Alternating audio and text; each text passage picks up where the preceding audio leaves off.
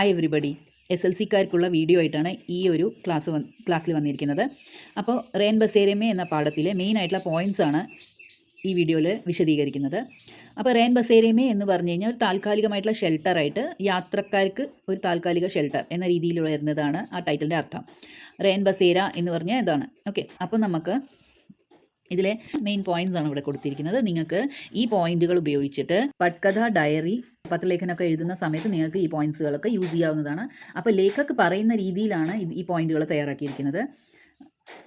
അപ്പോൾ നമുക്ക് സ്റ്റാർട്ട് ചെയ്യാം. അമൃത്ലാൽ വേഗഡ് की नर्मदा पदयात्रा वृत्तांत है तीरे तीरे नर्मदा जिसमें से एक पदयात्रा का अनुभव है रैन बसेरे में. അപ്പോൾ ഇതൊരു യാത്രാ വിവരണമാണ്. ഓക്കെ, അപ്പോൾ ഈ തീരെ തീരെ നർമ്മദ എന്ന് പറഞ്ഞിരിക്കുന്ന ഒരു വലിയ പദയാത്രയുടെ ഒരു ഭാഗം മാത്രമാണ് ഇതിൽ വിശദീകരിച്ചിരിക്കുന്നത്. അത് ആ പദയാത്ര ചെയ്തിരിക്കുന്നത് അമൃത്ലാൽ വേഗഡ് ആണ്. ഓക്കെ, അപ്പോൾ इस यात्रा वृत्तांत के प्रमुख पात्र अमृतलाल और छोटू है. ഈ ഒരു യാത്രാ വൃത്താന്തിലെ മെയിൻ ആയിട്ടുള്ള കഥാപാത്രങ്ങളാണ് ചോട്ടുവും അമൃത്ലാലും. ജിൻകി യാത്ര ബാരിഷ് കി വജഹ സെ ഹത്തോട ഗാവ് പहुंचने पर रुक गई है. ഇവരുടെ യാത്ര പത്തോട എന്ന് പറഞ്ഞിരിക്കുന്ന ഗ്രാമം എത്തുന്ന സമയത്ത് മുടങ്ങിയിരിക്കണം. മഴ കാരണം മുടങ്ങിപ്പോയി എന്നാണ് പറയുന്നത്. അല്ലെങ്കിൽ നിന്നുപോയി എന്നാണ് ഉദ്ദേശിക്കുന്നത്. ഓക്കെ, गांव के मंदिर के बरामदे में हमें शरण मिली और हम वहीं रात गुजारने का फैसला किया. അപ്പോൾ ഗ്രാമത്തിലെ ക്ഷേത്രത്തിൻ്റെ വരാന്തയിൽ ഇവർക്ക് ആ രാത്രി കഴിയാനായിട്ട് അഭയം കിട്ടി. അതുപോലെ തന്നെ അവിടെ തന്നെ അവർ രാത്രി തങ്ങാൻ തീരുമാനിക്കുകയാണ് ചെയ്തത് എന്നാണ് പറഞ്ഞിരിക്കുന്ന ആ പോയിന്റിൽ. ഓക്കെ, गाँव वालों ने हमारे लिए दरी पानी के लिए बाल्टी दी. छोटू ने खाना बना लिया और हम आराम से सो गए. അപ്പം രാത്രി കഴിയാൻ വേണ്ടിയിട്ട് അവർക്ക് പായയും തലയണയും അതുപോലെ തന്നെ വെള്ളം കോരാനായിട്ടുള്ള ബക്കറ്റ് ഇതെല്ലാം കൊടുത്തു. അപ്പോൾ ചോട്ടു ഭക്ഷണം ഉണ്ടാക്കി. അപ്പോൾ ഇദ്ദേഹത്തിൻ്റെ സഹയാത്രികനാണ് ചോട്ടു.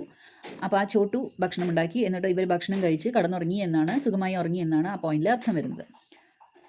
रात को नींद खुली तो देखा पैरों के पास एक अजनबी को पाया जो पागलों जैसे बड़बड़ा रहा था. അപ്പോൾ രാത്രി ഇവർ ഉണർന്നപ്പോൾ ഇദ്ദേഹത്തിൻ്റെ കാലിൻ്റെ അടുത്ത് ഒരു അപരിചിതനായിട്ടുള്ള ഒരാൾ ഉണ്ട്. അപ്പോൾ അയാൾ ഭ്രാന്തനെ പോലെ പിറുപിറുക്കുകയാണ് ചെയ്യുന്നത്.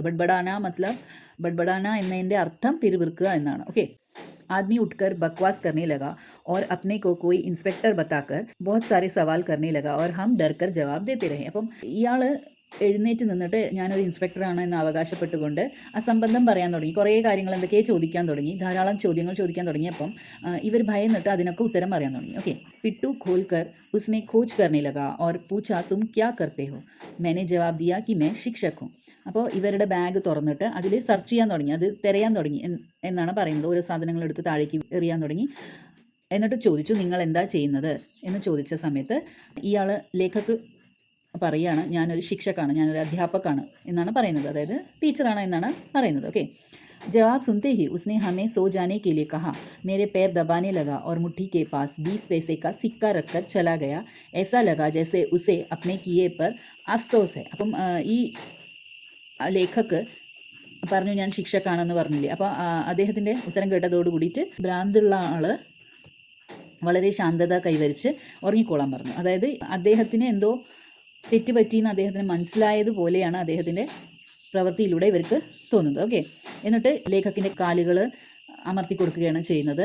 എന്നിട്ട് കയ്യിൻ്റെ അടുത്ത് നാണയം വെച്ചിട്ട് 20 പൈസയുടെ നാണയം വെച്ചിട്ട് പോവുകയാണ് ചെയ്യുന്നത്. സുബഹ ഏക് യുവക് ആയാ തോ പതാ ചലാ കി വഹ ഉസ്കാ പിതാ ഹെ ജോ പാഗൽ ഹെ. അപ്പോൾ രാവിലെ ഒരു ചെറുപ്പക്കാരൻ വന്നു. അദ്ദേഹത്തിൻ്റെ അച്ഛനാണ് തലേ ദിവസം രാത്രി ഇവരെ ഉപദ്രവിച്ചതെന്നൊക്കെ ആ യുവാവാണ് പറയുന്നത് ഇവരുടെ അടുത്ത്. ഓക്കെ, രാസ്തേ മേ ഉസേ ആദ്മി സെ ഫിർ മുലാഖാത്ത് ഹുയി ഓർ ഉസ്നെ ഹംസെ മാഫി മാങ്ങി. അപ്പോൾ വഴിയിൽ ഇവർ തിരിച്ചു പോകുന്ന സമയത്ത് ഇവർ ആ മനുഷ്യനെ പിന്നെയും കാണുകയാണ്.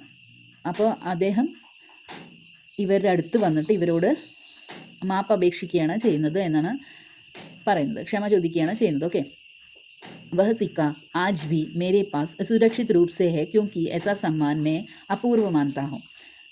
അപ്പോൾ ആ നാണയം ഇന്നും അദ്ദേഹം ലേഖക് സൂക്ഷിച്ചു വെച്ചിട്ടുണ്ട് എന്നാണ് ആ പോയിന്റിൽ പറഞ്ഞിരിക്കുന്നത്. കാരണം ഇങ്ങനത്തെ ഒരു ബഹുമതി അദ്ദേഹം വളരെ റെയറായിട്ട് കിട്ടുന്ന ഒരു ബഹുമതിയായിട്ടാണ് ഇതിനെ അദ്ദേഹം കണ്ടിരിക്കുന്നത്. അതുകൊണ്ട് തന്നെ ലേഖക് ഈ ഒരു നാണയം സൂക്ഷിച്ചു വെച്ചിരിക്കുന്നു എന്നാണ് ആ പോയിന്റിൽ പറഞ്ഞിരിക്കുന്നത്. അപ്പം ഈ മെയിൻ ആയിട്ടുള്ള പോയിന്റ്സ് നിങ്ങൾക്ക് വളരെ ഹെൽപ്ഫുൾ ആയിരിക്കും എന്ന് ഞാൻ വിചാരിക്കുന്നു. എന്തെങ്കിലും ഡൗട്ടുകൾ ഉണ്ടെങ്കിലോ അതുപോലെ തന്നെ ഈ പറഞ്ഞിരിക്കുന്ന കാര്യങ്ങളിൽ നിങ്ങൾക്ക് എന്തെങ്കിലും മനസ്സിലാവാത്തതുണ്ടെങ്കിൽ തീർച്ചയായിട്ടും കമൻറ്റ് ബോക്സിൽ കമൻറ്റ് ചെയ്യൂ.